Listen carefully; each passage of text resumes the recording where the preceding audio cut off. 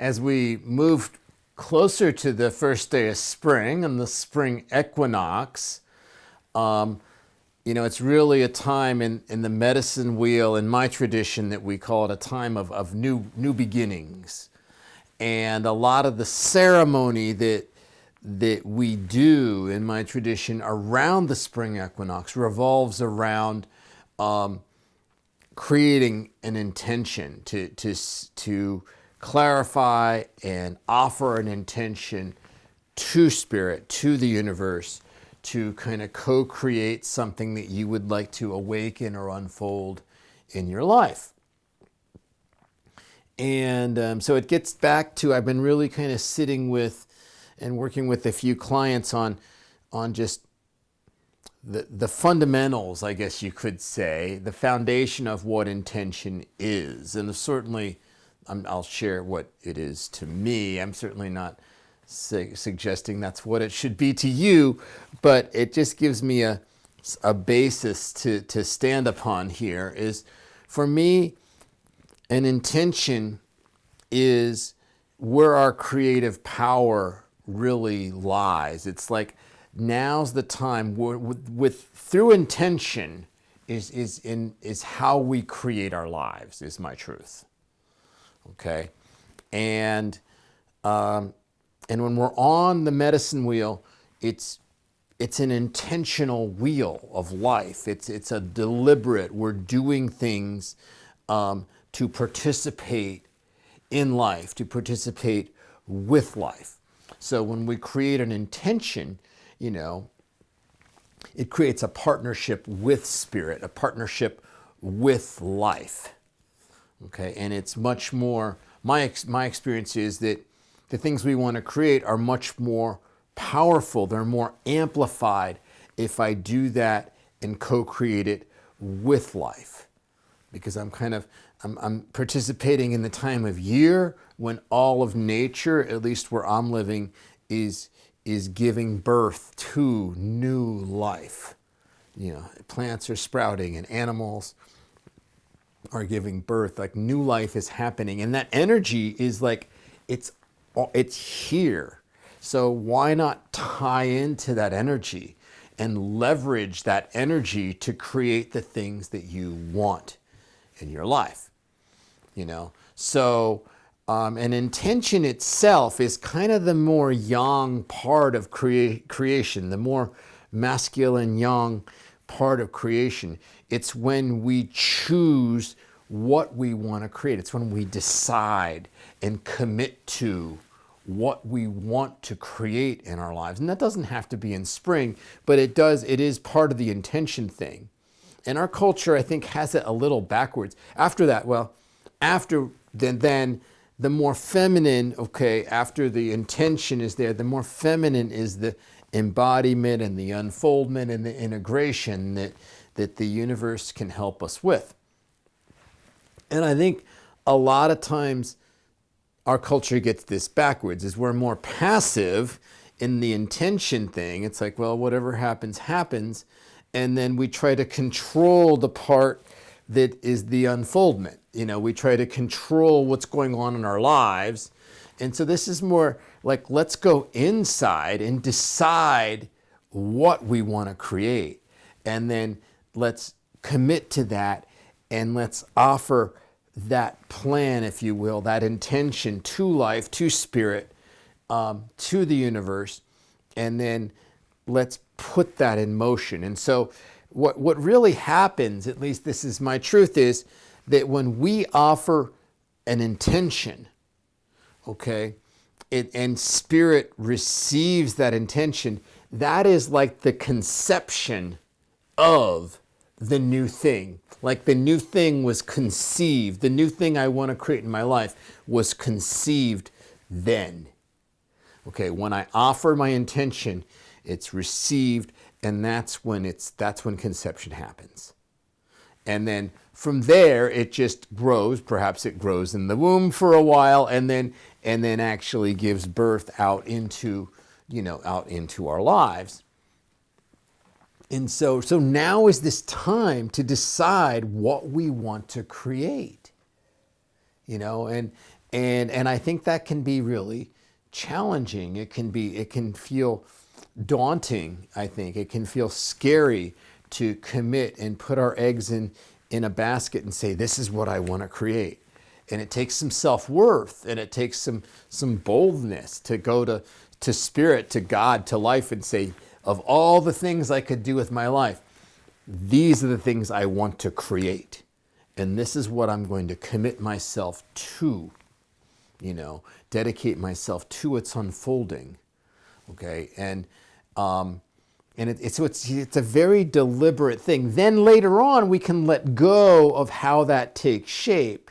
That's time when it's, then we can be more passive, allow it to unfold. But right now, it's like, let's decide what we want. And so there's resistance to that. I notice it in myself and my clients and my coworkers. I see it all the time. And I'll give you an example. Someone the other day, a couple of different people, I've heard different variations of this. It's like, well, a relationship would be cool. So I guess if it comes along, that would be great. But I'm not going to, put a lot of energy into it. And that's great. There's absolutely nothing wrong with that statement at all. And yet, as far as at least with respect to a relationship, it's not leveraging the power of intention, And so, or it could be with a job or a career. It's like, yeah, if something comes up or if I'm going to move to a new place, it's like, well, if something happens, then maybe I'll move. But if nothing does, I'm happy to stay here. And or a job, maybe if I would like a different career, but I'm also happy here, so it doesn't matter. So maybe these aren't things that the person really wants.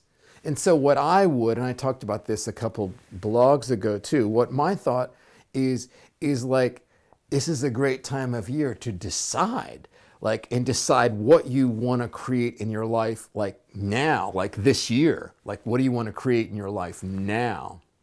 Maybe you don't want to create a relationship, or maybe you don't want to move now. Well, then what do you want to create this year? And not that you should want to create something, but now's the time that you can create your life. You know what I mean? And of course it's symbolized by this time of year, but you can do it any time of the year. It's really, the energy is aligned for it right now. However, you can do it. It's like, so have an intention, be so bold as to say, I want to create this, or I do not want to create that. So then I'm going to not put my energy in that. And I'm going to leave it open for something. This is what I want to create. And I think a lot of our resistance and reluctance to doing this, I think it's emotional. This is my theory. I think it's emotional. I think that we sometimes can be afraid of being disappointed.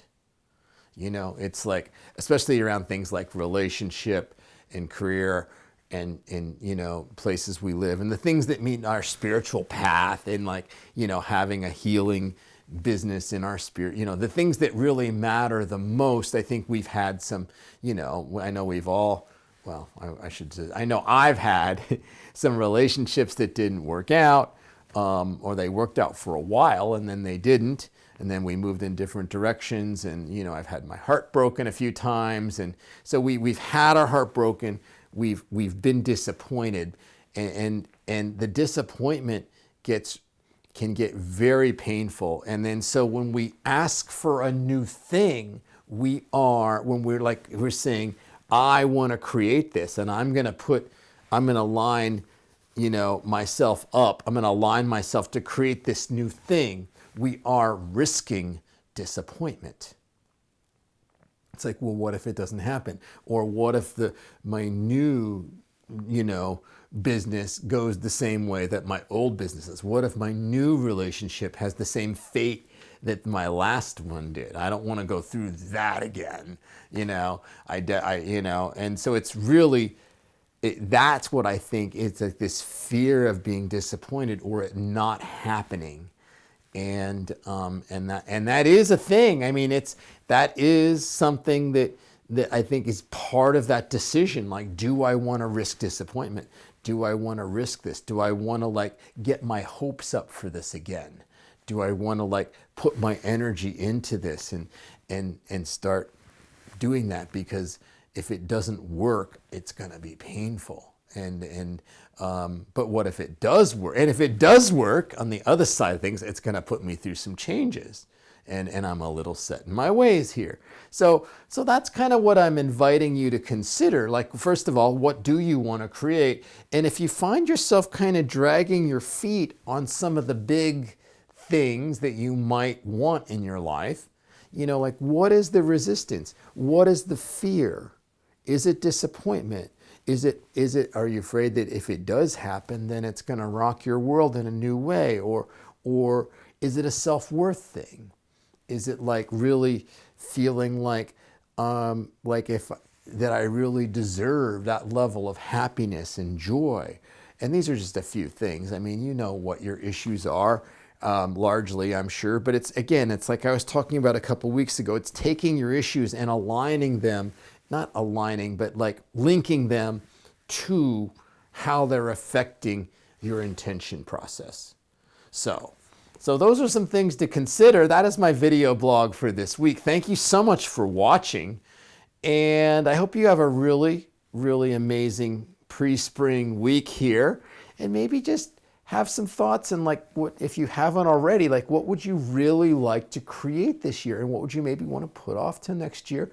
And then if you do have something you really want to create and you feel some resistance or some fear, what is that?